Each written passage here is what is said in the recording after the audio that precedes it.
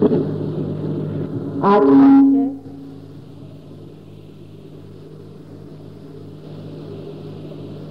सहजयोग एक अभिनव आविष्कार।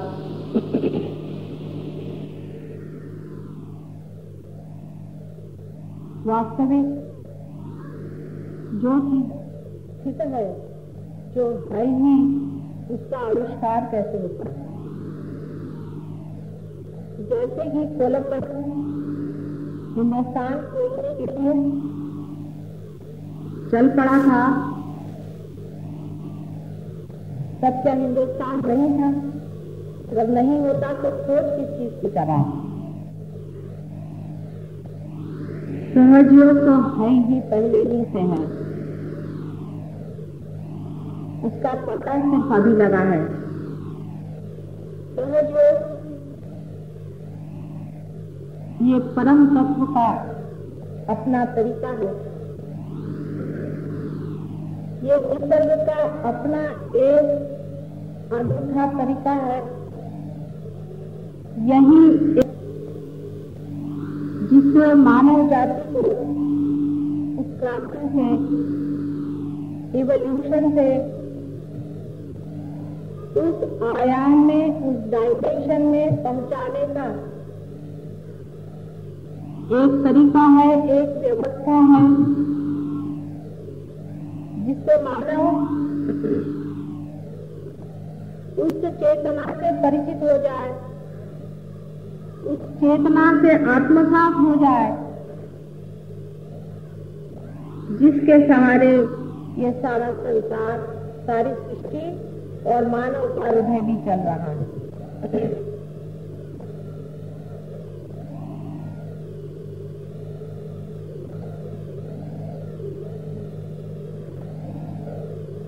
बहुत कुछ इसके बारे में लिखा गया है। पुरातन कालों से ही खोज होती रही। मनुष्य खोज कुछ रहा ही है हर समय, चाहे वो पैसे में खोज ले, चाहे वो सत्ता में खोज ले, चाहे वो प्रेम में खोज ले, वो किसी न किसी खोज की ओर दौड़ रहा है। लेकिन उस खोज के पीछे में कौन सी प्यास है, वो शायद वो जानता नहीं। उसके पीछे में सिर्फ आनंद की खोज है। आनंद की खोज में वो सोचता है कि बहुत सी बार संपत्ति इकट्ठा कर ले तो उस आनंद का लय हो सकता है। लेकिन ऐसे भी देश अनेक हैं जिन्होंने संपत्ति में बहुत कुछ प्रगति कर ली, बहुत कुछ पा लिया है और अत्यंत दुखी है, आनंद से दूर रहा। हजारों लोग वहां आत्महत्याएं कर रहे हैं।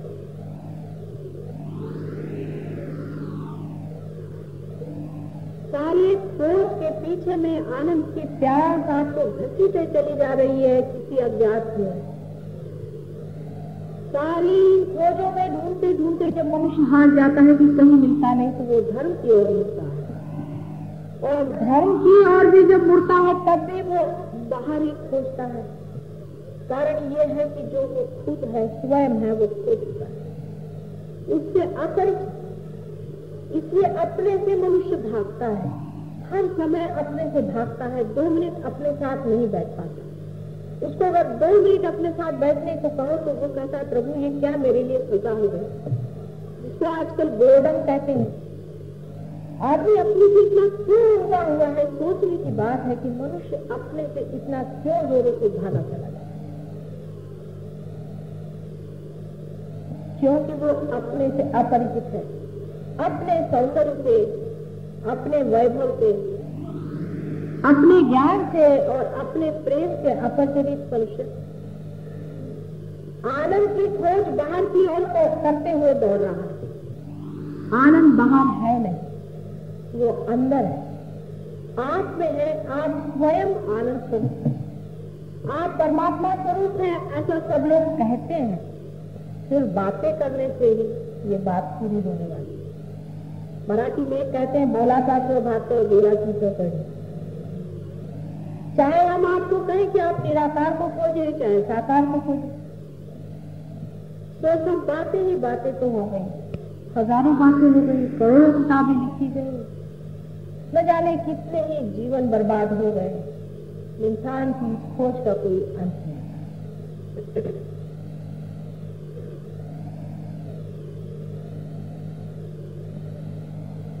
मनुष्य जो कुछ भी सोचता है अपने मन, वो मन के दायरे में लिमिटेशन से सोचता है।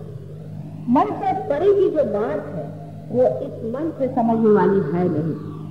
अब जैसा मेरा भाषण भी है, ये भी आपके लिए सिर्फ बातचीत ही है, ये भी एक बातचीत ही है, क्योंकि इस बातचीत से आप उस परमात्मा को नहीं जानते।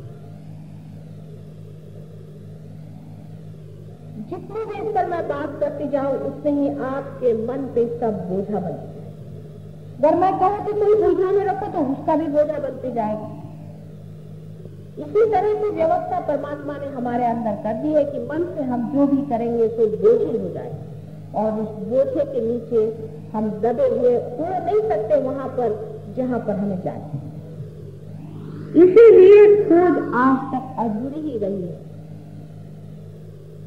लेकिन नवनिर्माण की बात मैं आपसे करने वाली हूँ, सिर्फ बात ही नहीं, उसका आविष्कार जो कि खोज निकला है।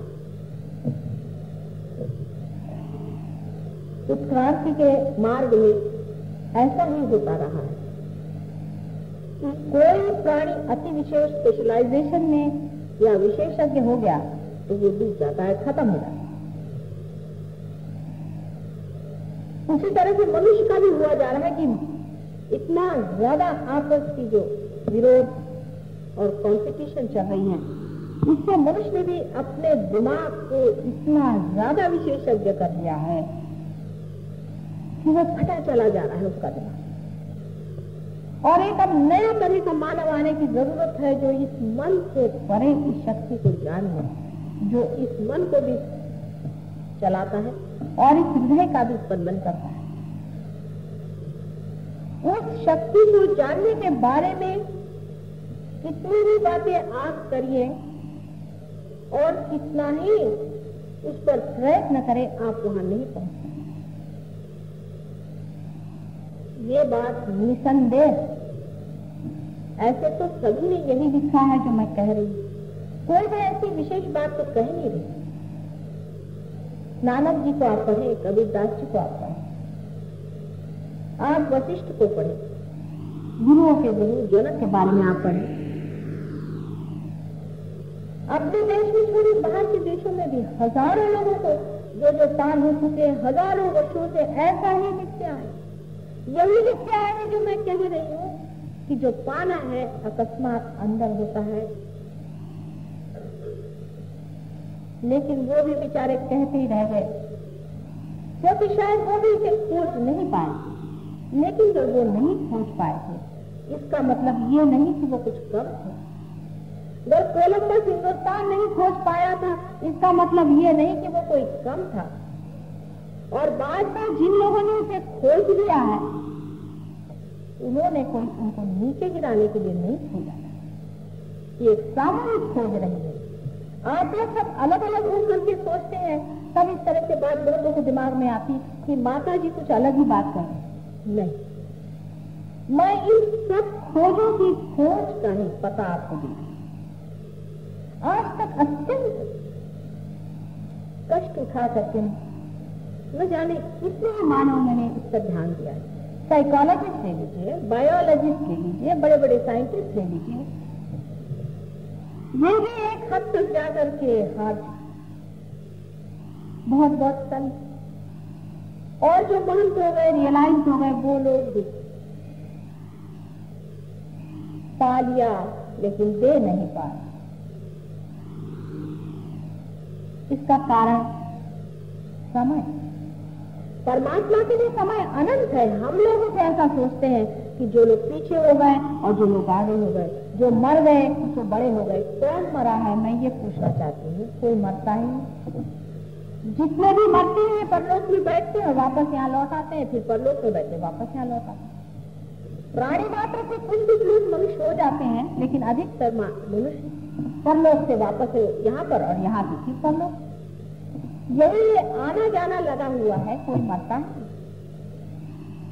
तो हो सकता है कि आप में से जो आज यहाँ बैठे हुए लोग हैं, ये भी जन्म जन्मांतर तक के खोज लिए हुए आज यहाँ पहुंचे हुए हैं और वो पा सकते हैं। और अगर आप पा सकते हैं तो उसमें कितना वाद विवाद है। एक साधारण सी बात है, मुझे बड़ी बचकाना सी लगी, बहुत ही बचकाना सी बात है कि लोग हर एक चीज का राजकारण बना लेते हैं। एक माँ खाना खाने को दे रही है, उसका भी राजकारण बनाने से कैसे कार्य बनेगा? ये राजकारण नहीं, ये सत्य है, ये तथ्य है, ये बहुत बड़ी खोज है।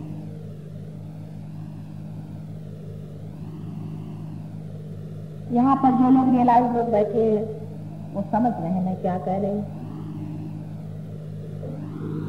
धर्म की खोज में मनुष्य परलोक तक पहुंच पाया है, अभी तक परम तक नहीं पहुंचा।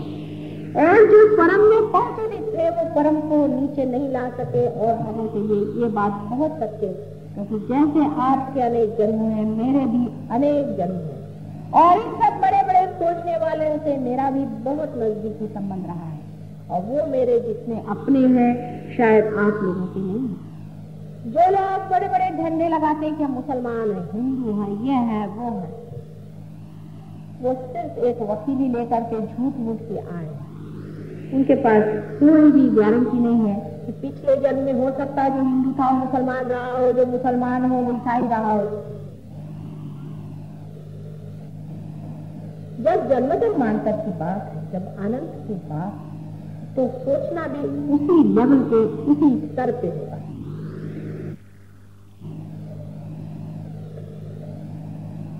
वो स्तर ऐसा है कि जो कुछ परम है वो जड़ नहीं है, जो कुछ परम तत्व है वो जड़ नहीं है, जो कुछ सत्य है वो भोग नहीं है, जो कुछ सूक्ष्म है वो जड़ नहीं। इस बात को आप ठीक से समझिए। वो जड़ में प्रकाशित हो सकता है, किंतु परम जड़ में इंटरेस्टेड नहीं है, उसमें कोई दिलचस्पी नहीं है।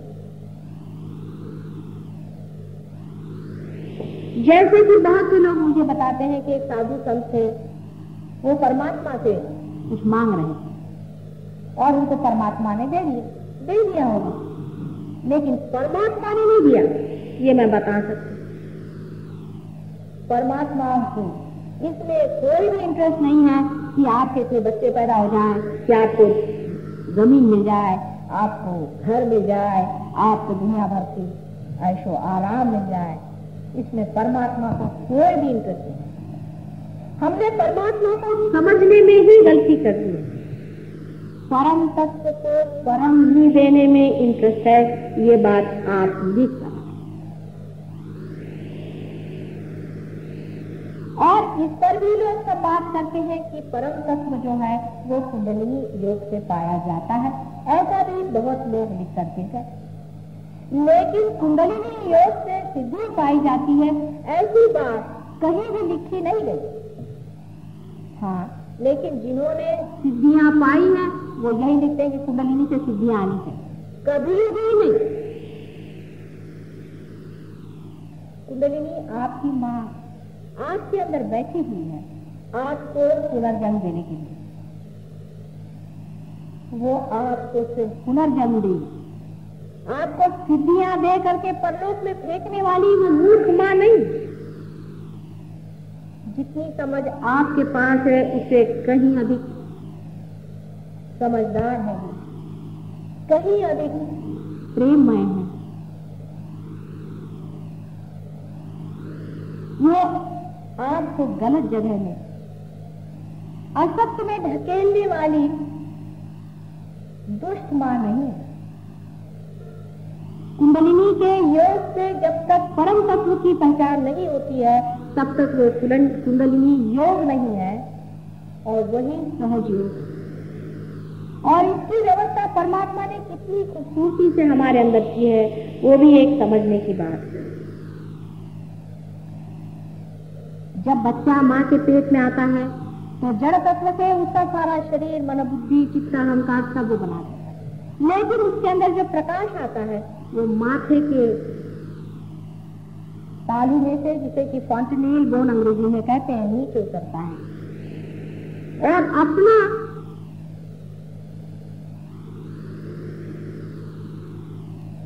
ब्रेन, मग, जिसका आकार त्रिकोणाकार एक प्रिज्म के जैसा है, उसमें से यही शक्ति गुजरते वक्त 3 हिस्सों में बट जाए। ये सब परमात्मा ने किस खूबी से किया है, ये जानने के लिए यहाँ अगर कोई डॉक्टर हो तो समझ सकता है। इसी को हम सिंपैथेटिक और पैरासिम्पैथेटिक नर्वस सिस्टम कहते हैं। हमारे शरीर के अंदर 2 ऐसी शक्तियां विराजमान हैं कि जिसके बारे में हम बहुत कुछ कम जानते हैं। हमें पता लगाने में बड़ी दिक्कत होती है, खास करके पैरासिम्पैथेटिक नर्वस सिस्टम। अपने योग शास्त्र में इसे सुषुम्ना और ईड़ा और पिंगला ऐसी 2 सिस्टम बताएंगे। ईड़ा और पिंगला ये दोनों ही अपने शरीर में सिंपैथेटिक नर्वस सिस्टम का उद्भव करते हैं, माने उसका जड़ तत्व जो है वो सिंपैथेटिक नर्वस सिस्टम। अब ऐसा समझ लें कि परमात्मा ये पेट्रोल अपने सर में यहां से भर देते हैं और पेट्रोल भरते वक्त में कुछ ऐसी घटना घटित होती है कि प्रिज्म के अंदर से गुजरने वाले उनके किरण आपस में इस तरह से आ करके और फिर मुड़ जाते हैं, जिसे डिफ्लेक्ट होना कहते हैं, और फिर नीचे जा करके उनकी ईड़ा और पिंगला ऐसी 2 नाड़ियां बनती हैं और जो बराबर बीचों बीच शिखर पे से बीचों बीच उतरने वाले किरण आपकी कुंडलिनी बन करके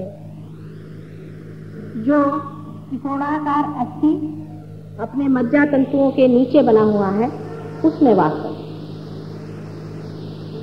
इसे एक बात तो जाहिर हो गई कि हमारी कुंडलिनी जो है वो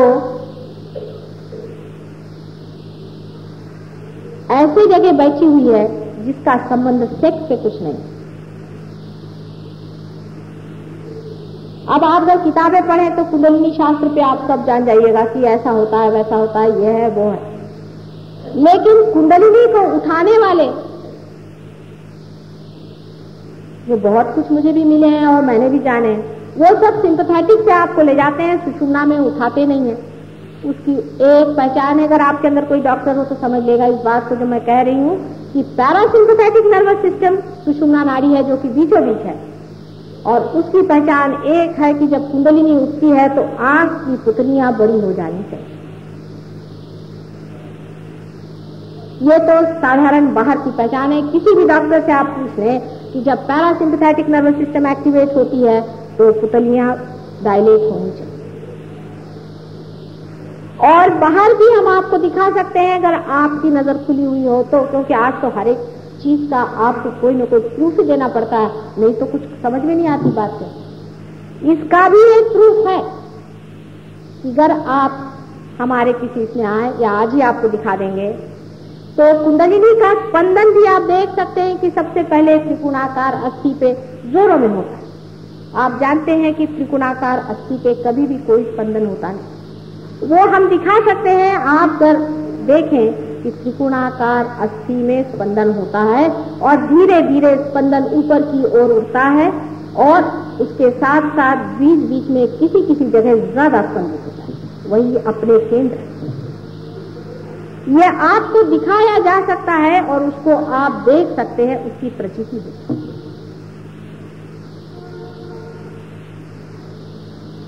जब कुंडलिनी सुषुम्ना से उठेगी तभी आप पार हो सकते हैं, लेकिन इसके लिए परमात्मा ने न जाने क्यों एक बड़ी जबरदस्त कंडीशन लगा दी। एक बड़ी भारी अटकल है उसमें जो देना ही पड़ेगा। वो ये है कि कुंडलिनी सुषुम्ना पे तभी आएगी जब परमात्मा का असीम प्रेम उस आदमी में उतर पड़ेगा। जब तक वो प्रेम मनुष्य में उतरेगा नहीं, कुंडलिनी उठने वाली नहीं है, चाहे आप कुछ करें। वो नाराज हो सकती है, गुस्सा हो सकती है, लेकिन कुंडलिनी कभी भी नहीं उठ सकती है जब तक वो असीम प्रेम सुषुम्ना के अंदर जगह बनी हुई है। खास इसकी जगह बनी हुई है हमारे नाभि चक्र और अनाहत चक्र के बीच में एक बड़ी सी जगह बनी है। जब तक उसके अंदर ये प्रेम उतरेगा नहीं, तब तक सुषुम्ना से ये प्रवाह उठने वाला नहीं। जैसे समझ लीजिए कि दो सीढ़ियां हैं और बीच में एक सीढ़ी है, उस सीढ़ी में और हम में कुछ अंतर है, गैप। इस अंतर को आप किसी भी तरह से लांघ नहीं पा रहे। उसमें कोई पुल नहीं है जिसको आप लांघ कर जाएं। और ये दो सीढ़ियां बराबर ईड़ा और पिंगला नीचे जमीन पर लगी हैं। सिंपैथेटिक नर्वस सिस्टम की लेफ्ट और राइट, ये दोनों ही जमीन पर लगी हुई हैं और बीच वाली अधांतरी लटकी हुई है जो परम में पहुंचा। आप सिंपैथेटिक नर्वस सिस्टम की जो दोनों सीढ़ियां हैं, अगर कोई साइकोलॉजिस्ट हो तो मेरी बात समझ सकता है, वो एक जो लेफ्ट हैंड की तरफ में है,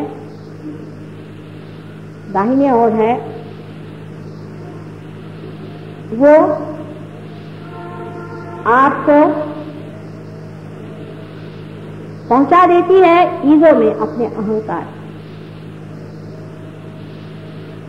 और जो राइट हैंड साइड में है वो आपको पहुंचा देती है आपके सुपर ईगो में प्रति अहंकार।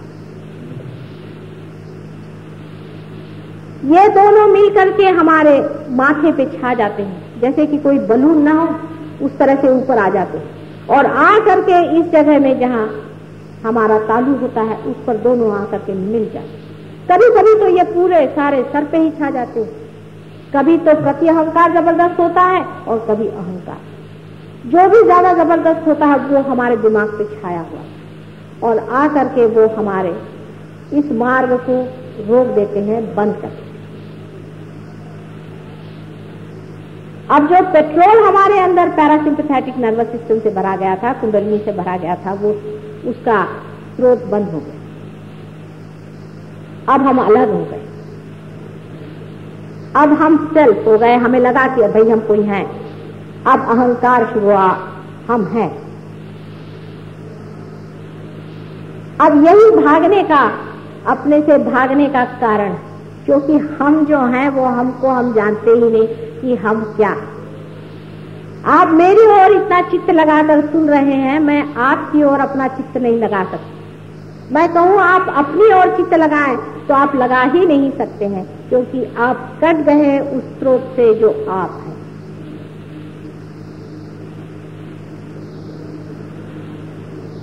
एक जो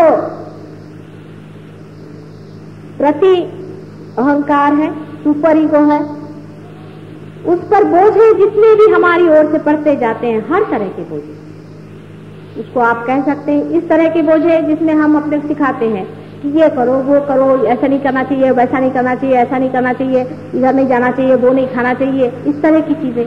या ऐसा कहें कि हम बड़े बड़े भाषण देते हैं लोगों को कि आपको हिंदुस्तानी बनना चाहिए, आपको जापानी बनना चाहिए, आपको इससे नफरत करनी चाहिए, उससे नफरत करना चाहिए, हम हिंदू हैं, हम मुसलमान हैं, ईसाई हैं, आदि तरह के सब जितने जिसको कंडीशनिंग कहते हैं बोझ से ये सुपर ईगो जो है सब।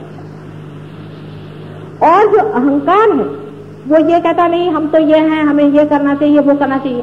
जो कहता है नहीं करना चाहिए वो तो सुपर ईगो, और जो कहता है करना चाहिए वो ईगो है। असल में हम न तो कुछ नहीं करते हैं, न तो हम कुछ करते हैं। करने वाला तो कोई और ही है, बेकारी में बच खानापन नहीं। करने वाला अपना काम तो करता ही है और करेगा ही। लेकिन यही जड़ता हमारे अंदर दोनों है कि हम उस पेट्रोल को इस्तेमाल करते हैं इन दोनों ईड़ा और पिंगला से, अपने सिंपैथेटिक नर्वस सिस्टम से, उससे हम अपने को कंडीशनिंग कर लेते हैं, बोझे में डाल लेते हैं। बीचों बीच सुषुम्ना नाड़ी। अब बहुत से लोगों ने मुझसे ऐसा भी कहा कि माता जी आप तो इनके विरोध में बोलते हैं, उनके विरोध में बोलते हैं। भाई मैं किसी के विरोध में नहीं बोल रही, लेकिन तुम तो गलत सीढ़ी से चढ़ गए ना, उसे तो उतारना पड़ेगा ही जो बीच की सीढ़ी में तुम्हें चढ़ाना है। इसमें किससे मैं विरोध कर रही हूँ, मेरी समझ में नहीं आता कि इसमें किससे विरोध करके मुझे क्या करने का। मैं तो आपसे बता रही हूँ कि आप गलत सीढ़ी पे चढ़ गए, सभी उतर आइए। मैं तो बड़े बड़े गुरुजनों से मिलने जाती हूँ, उनसे बात करती हूँ कि आप कर क्या रहे हैं। कुछ करने से परमात्मा नहीं मिल सकता, इन लोगों से कुछ करवाइए नहीं, ये करने धरने से परमात्मा नहीं मिल सकता। ये आपको मैं क्या बता रही हूँ, आप वशिष्ठ पढ़े या नहीं तो आदि शंकराचार्य को पढ़े, जो कि हिस्टोरिकल चीज है, उनको भी पढ़े। उन्होंने भी यही कहा है कि आप परमात्मा को पाने के लिए कुछ कर नहीं सकते, लेकिन अंतर उनमें मुझमें जरा सा थोड़ा सा फर्क है। इतना ही अंतर आता है कि उन्होंने कहा था कि परमात्मा को पाने के अधिकारी बहुत ही कम, इसलिए ठीक है कि कुछ भक्ति में रहें और कुछ अपने ऊपर योग वोग लगाकर अपने मन को अनुशासित करें। लेकिन उन्होंने भी कहा था कि अनुशासित मन, फिर चाहे वो किसी भी तरह का, और वैसा भी मन कि जो विषयों के पीछे दौड़ता है और अपने को, जिसको इंडल्जेंस कहते हैं, दोनों ही मन उस कार्य के लिए व्यक्त है। ऐसा सुंदर मन जो छोटे बच्चों जैसा निष्पाप हो, वही इस परमात्मा को पाने का अधिकारी है, ऐसा उन्होंने साफ साफ कहा। लेकिन कौन पढ़ता है उनको कोई पढ़ता जो नहीं ना। प्रश्न तो यह है कि हम लोग सभी को पढ़ते हैं, और उसमें से उनको ज्यादा पढ़ते हैं जिनको धर्म के बारे में कुछ मालूम नहीं, और मालूम भी है तो थोड़ा बहुत मालूम। जो अपने को बहुत हिंदू कहलाते हैं उनको पहले आदि शंकराचार्य को पढ़ना। आदि शंकराचार्य ने तो हिंदू धर्म की संस्थापना करी थी, फिर आदि शंकराचार्य को क्यों नहीं पढ़ते हैं? दुनिया भर के लोगों को आप पढ़ते हैं, उनको क्यों नहीं आप पढ़ते हैं और उनको आप जानते क्यों? उसमें मुझमें जो अंतर है वो इतना ही है कि जो कहते थे कि बहुत ही करोड़ों में एक दो होते, मैं कहती करोड़ों में लाखों तो है ही नहीं समझते। ये आशावाद का अंतर नहीं है, ये समय का अंतर है। समय ऐसा, कलयुग का समय है ही बड़ा घनघोर युद्ध का समय, अंधकार प्रकाश का घनघोर युद्ध चल रहा है। आपको पता नहीं, क्योंकि आप सिर्फ अभी मुझे ही देख रहे हैं, अपने से परे आप किसी को देख नहीं पा रहे हैं। लेकिन जो लोग रियलाइज हैं वो जानते हैं कि कैसा कैसा चंग बांधा गया। अपने का रोज है, आज दोनों का जोर, नेगेटिव और पॉजिटिव फोर्सेस दोनों अपना जोर बांध रहे हैं। सिंपैथेटिक और पैरासिम्पैथेटिक का पूरा जोर है। सिंपैथेटिक पैरासिम्पैथेटिक को चूसे चली जा रही है, और सिंपैथेटिक कितना भी चूस ले, अगर पैरासिम्पैथेटिक उस अनंत से एकाकार हो जाएगी तो उसमें वो भरता ही रहेगा। कितना भी आप पेट्रोल खर्चा करें, अगर वो पेट्रोल पंप ही में लगा हुआ है तो फिर क्या डरने की। ये सारे सिंपैथेटिक का प्रश्न। सिंपैथेटिक की जो एक्टिव कॉन्शियसनेस की साइड है, जहां से आप सारा काम करते हैं, जिसे एनर्जी इस्तेमाल करते हैं, वो अगर अति इस्तेमाल हो तो कैंसर जैसा रोग हो जाता है।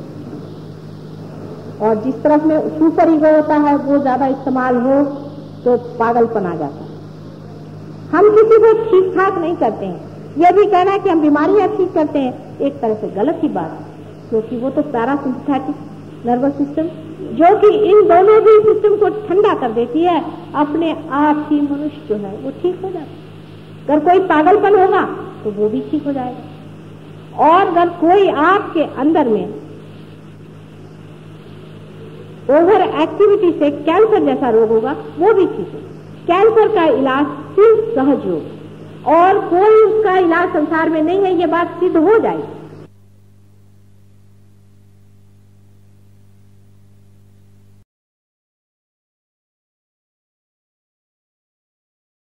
जय श्री माता जी।